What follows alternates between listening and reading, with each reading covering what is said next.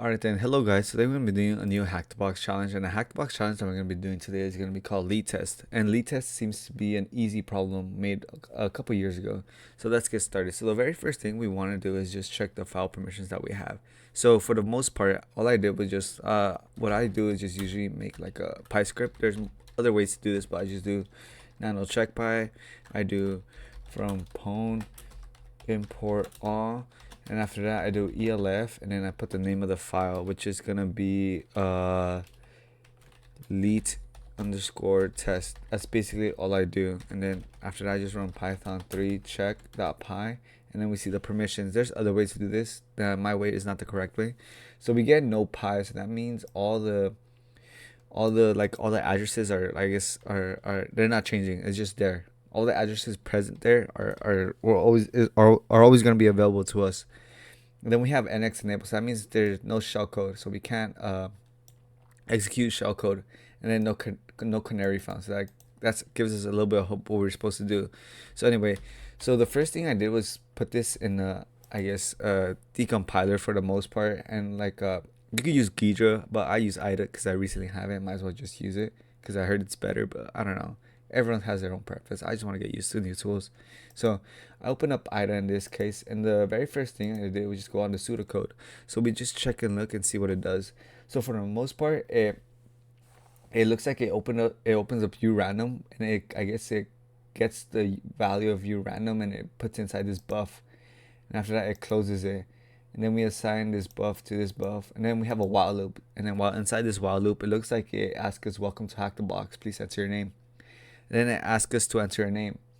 And at the end of this, there seems to be an if statement where this supposedly fixed value is multiplied by the buff, which I'm guessing is the random value over here, which is then equal to winner. And then that's the only way we could break out of this while loop, because once we break out of this while loop, we're able to I guess for the most part print out the flag. But the thing that I found interesting, and I guess, I don't know if you guys saw this. Oh my god, I lost the place. Anyway, right here. I don't know if you guys saw this, but right here in main, which was pretty interesting, it gets whatever we input it, and it straight just does print F right away without having like us percentage S. Because when you usually do print F, print F. So print F is like a way how you print stuff, and when you usually do print F, you want to name the type of stuff you want to print out. So right here you want to print out a char, so percentage C. But in our case, they're not doing that. So we could and if you guys didn't know, this could lead to something called a format string vulnerability, which you're able to like leak addresses from the stack. And that's basically what I'm gonna do right now. So if I run the program Leet Test, we enter your name. So what I'm gonna do is do percentage, I think it's percentage X, I could be wrong, percentage X, and then see it says hello, and then it leaks an address from the stack. And then if I keep doing this, so if let's see, originally I guess the code was just, let's see if I put Danny, it prints out hello Danny, but with this I'm able to leak out values from the stack. So I do percentage X, percentage X, percentage X, and it prints out random values from the stack. And that's pretty cool for the most part. Now what we want to do now is see what happens if we spam this a lot. So I'm just gonna start spamming this. Oh, I guess there's a timer. So anyway, I'll just start spamming this, see what happens. You know what, I want to put some kind of like some type of variable right here, so dots, to like some type of separator, so I know the difference. So I'll just spam this with a lot of them. And this was like the technically how, like, I, by reading write-ups and doing this myself, I was able to understand it. So we see right here. So we see right here we get 4, which is a address in the stack. Then we have 0, 0, 1, 0, 0, 0, 3, and after that it all starts becoming like very similar things right here. So if we just copy this for the most part, so let's just copy any one of these. I'll just copy this one and see what happens if we, because this is hex, if you guys don't know. So I put in a hex to ASCII. We'll see what happens. So hex to ASCII converter, convert, it does percentage X. So I'm guessing up to here is all gonna be percentage x. So if we just copy all of this and just uh, take off convert, we see all percentage x. So these are all just percentage x that we inputted. So when it comes to string format vulnerability, we want to find a way where we're able to, I guess, manipulate this part. And it looks like if we count it, it seems to be 1, 2, 3, 4, 5. Oh, I'm counting this. I'm making it confusing. Anyway, 1, 2, 3, 4, 5, 6, 7, 8, 9, 10. So at the 10th value, we're able to manipulate, I guess, whatever comes after all of this, which is pretty cool for the most part. So the point of this challenge, I guess, that we're supposed to, if you guys are supposed to understand, we're supposed to find a way to be able to go to this if statement and break out of it. And how we could do that with string vulnerability, with string format vulnerability, there's a way in which we're able to, for the most part, we're able to write data into an arbitrary memory address. So what we want to do is to be able to leak the arbitrary memory address of one of these values inside, most likely the winner address, and set it equal to this for the most part. And then setting it equal to that will allows us to break out of here, and so we could read the flag. That's basically what we want to do. So I'll say it again. We want to be able to overwrite. We want to be able to write data into memory. That's basically what we want to do. So we're able to break out of the if statement. So if we just go back to main, write data to the memory. So what we want to do is, I'm gonna go on GDB, but before that, we want to know where this logic is happening.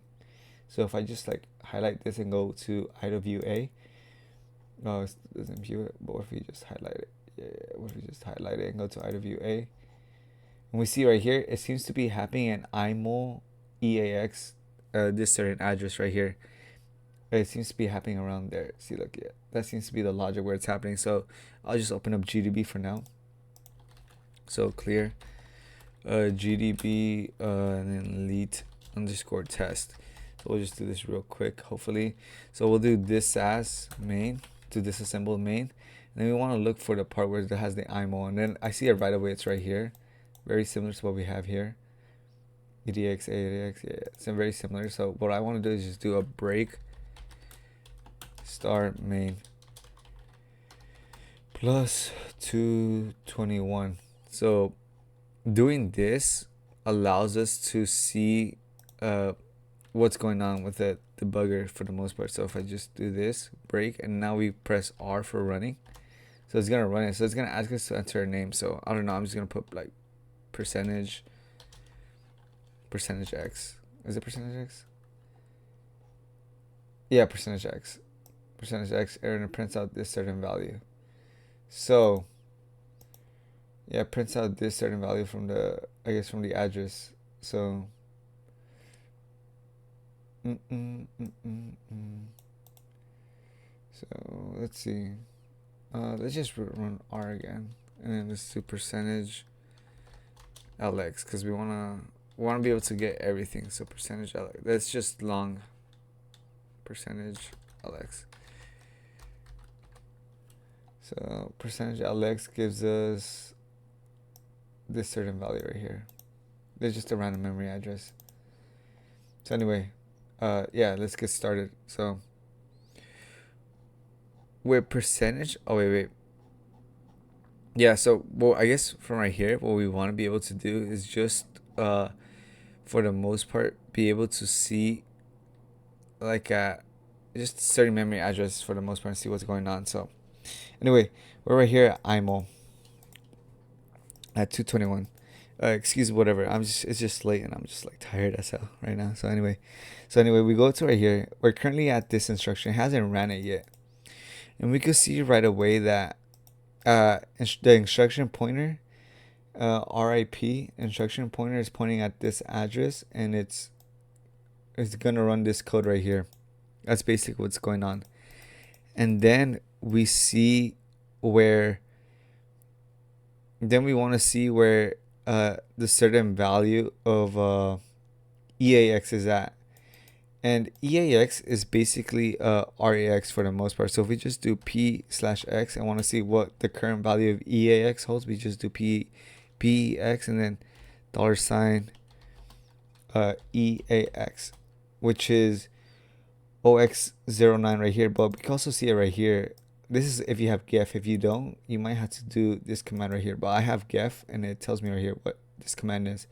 So EAX is gonna hold the multiplication of this certain value, and EAX is gonna hold that EAX, yeah, so it's gonna be this, it's gonna multiply by buff. So EAX is gonna hold the buff value, which is this right here.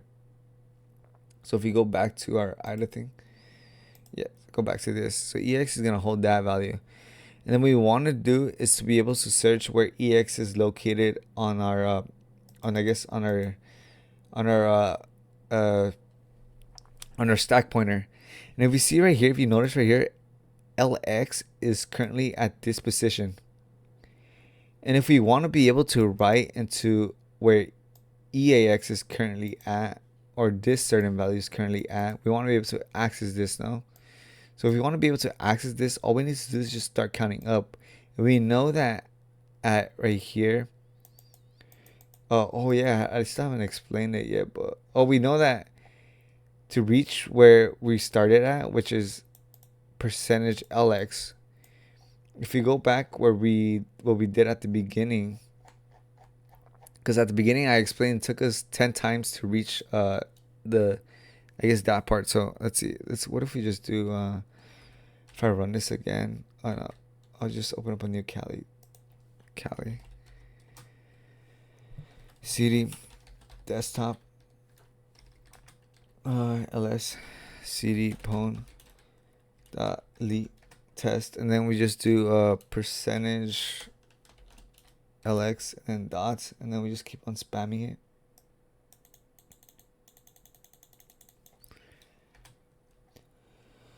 So we see right here 1 2 3 4 5 6 7 8 9 10. At the value 10, it seems to be similar throughout. 10 11, so it seems to be similar throughout anything value after 10. So we know at 10, the position at 10 is where LAX is going to be. So we know this is 10. So if we go up, that's basically subtracting 1. So that's 10 9 8 and 7. So to reach this value at C09 is basically at 7. So if we want to grab this value, all we need to do is just insert R. If we do R, all we need to do is just basically just insert percentage 7, which is gonna say it's gonna be at position 7, but except of like spamming it with like 7 LXs, this is just gonna go as straight as 7. And then we're gonna do $, and then after that we're just gonna do LX. So we're gonna see what happens. And then if we see right here, it prints out 5685000 hello. And if we see RAX is holding that value, so now we have the value of buff right here at the moment, what we need to multiply it with. So that's basically the value we have right now of buff in our I guess IDA code. This holds the value of buff, which is the random. So now if you go back right here, now we know that the value of buff is, now we know where the value of buff is. We can now start constructing, I guess, our payload on what we need to do for the most part, because we want to set winner equal to buff times this value, which is just hard coded in for the most part. So we want to replace winner with this, and we already have the value of buff, and all we need to do is just multiply it by this, and we need to find, I guess, the location of winner, which is pretty easy to do with simply just by just going on GDB. So if we do GDB, and then GDB, and then Leet Test,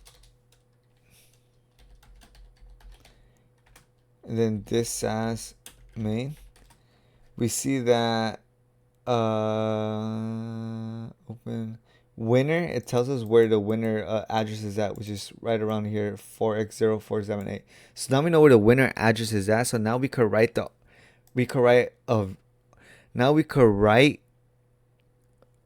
arbitrary values, or we could write a value into that specific address. That's basically what we're gonna do. So I'll repeat it again for the most part. So what we're gonna do is we're gonna write data, or just a value, into this specific address, and by doing so, if we write this value into this winner address, it's gonna pass this code, and it's gonna break off, and it's gonna print out the flag. That's basically what we're gonna do. So I already have this script already made, and I modified it a bit to, I guess, trying to explain it to you guys. So I'll just exit out of here and show you guys what it does for the most part. So nano.leet.py. So we have right here. So I set context.binary to Leet Test. Then after that, I have ELF equals to this, and I'll just comment this out and put the process. So this starts the program. So what it does right now is we send in the position as 7LX, okay? 7LX, which is gonna be where the data is located. So it's gonna print out what we were doing beforehand. So it's gonna print out this is gonna print out the buff value right here. So right now this holds the buff value. Yeah, so this is the position where the buff value is at. Then after that, we receive into a hello. Reason being is because if we look at I'll just exit out right here. And I'll just have this side by side. Hopefully it's disturbance, so exit. So if we run Leet Test, we see we enter a name. So we do $sign. Yeah, we do $sign percentage 7, and then $sign LX.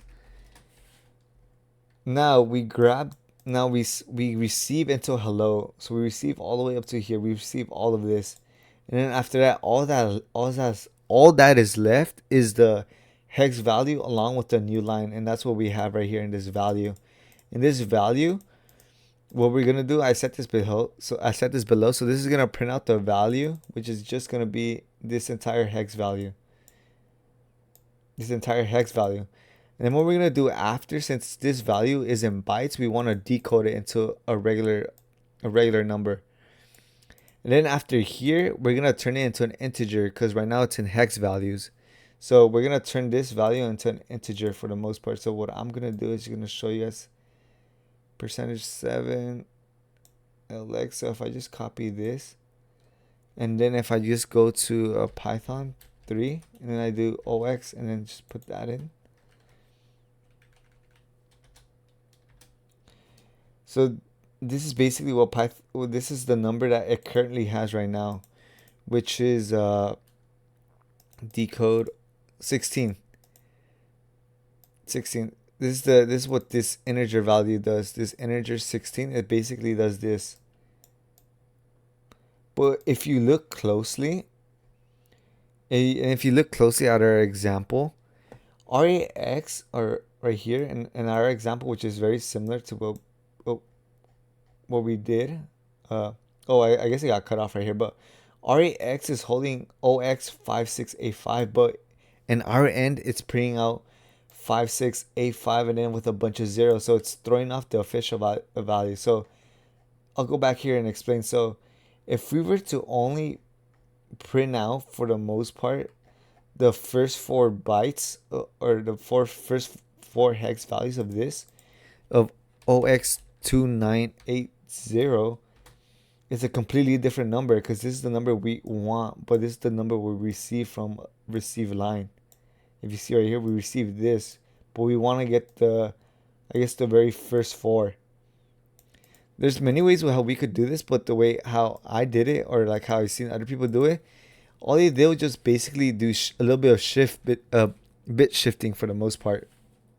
So what you guys don't know is that the length of this certain number of this certain hex number is basically 12.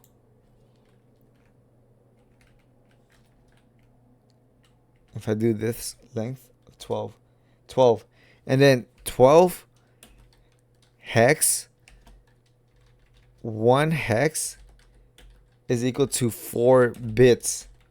So technically we just multiply 12 times 4, which is going to be 48. And what we originally want is the 4 hex values at the beginning. So what we could do is just 4, which is the hex value, times 4, which is the bits. For every bit, for every hex there's 4 bits, and we get 16. And all we need to do is do 48 minus 16, and that's gonna be 32. And that's gonna give us the first 4 hex values. So if we do this right here, for the most part, value decode, and that's why I'm shifting it by 32, because we want to shift this 32 times until we reach it, until we reach the first 4 right here. Now once we do that, all we do right here is just basically multiply random by OX1337 code, which will be do right here, random OX1337 buff times this value. And then if you go right here, if you go back right here, read it. So if you go to read it, and then we go to IDA view, pseudocode, main, here, IDA view. All right, then so right here, dev view ran, we read it, welcome, hello, buff, format, winner. Okay, then move winner to that, and you compare it. Yeah, nothing bad for the most part. But what happens here for the most part, if you go back right here, what happens here is, because it's not showing, but like in a Ghidra decompile, what you need to do is just AND it by OXFFF. I don't know why it didn't show it on the I guess on the Ghidra. Let's see if you do it.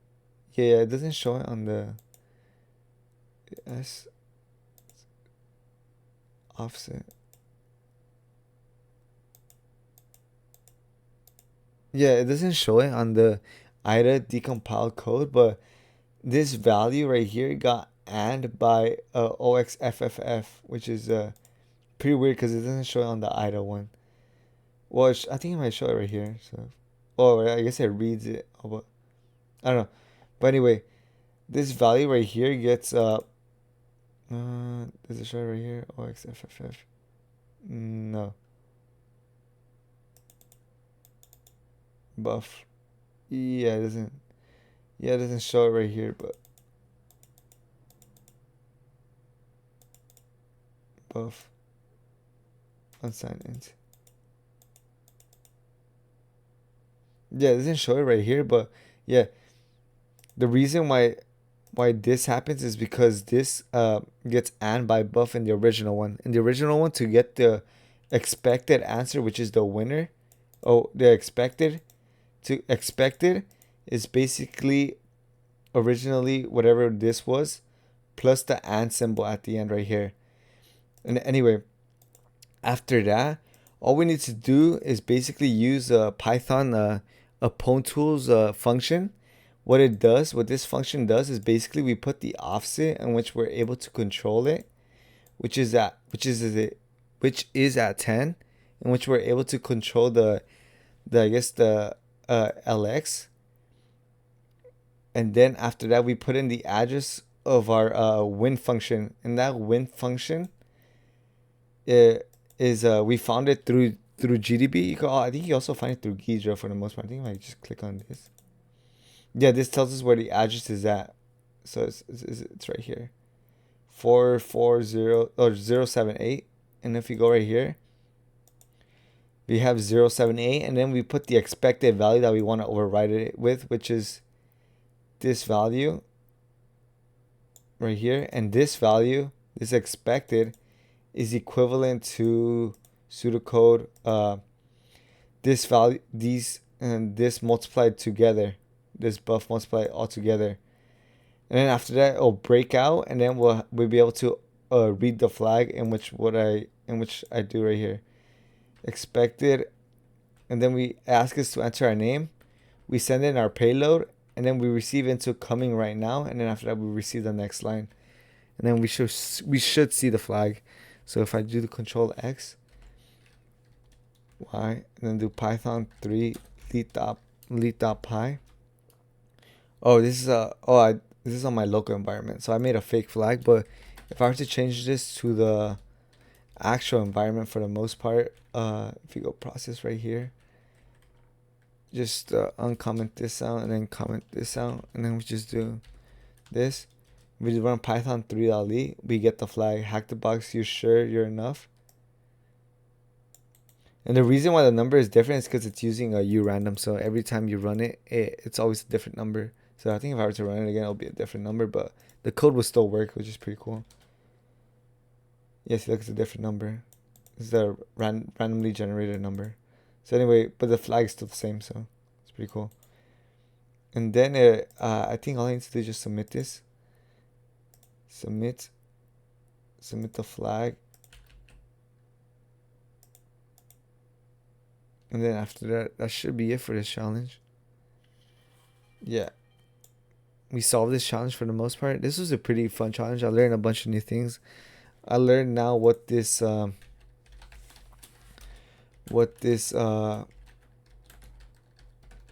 Leet what I learned for the most part was the whole idea behind. I got a better understanding of, I guess, format string, and also I also got better, I guess, understanding what this FM string payload does.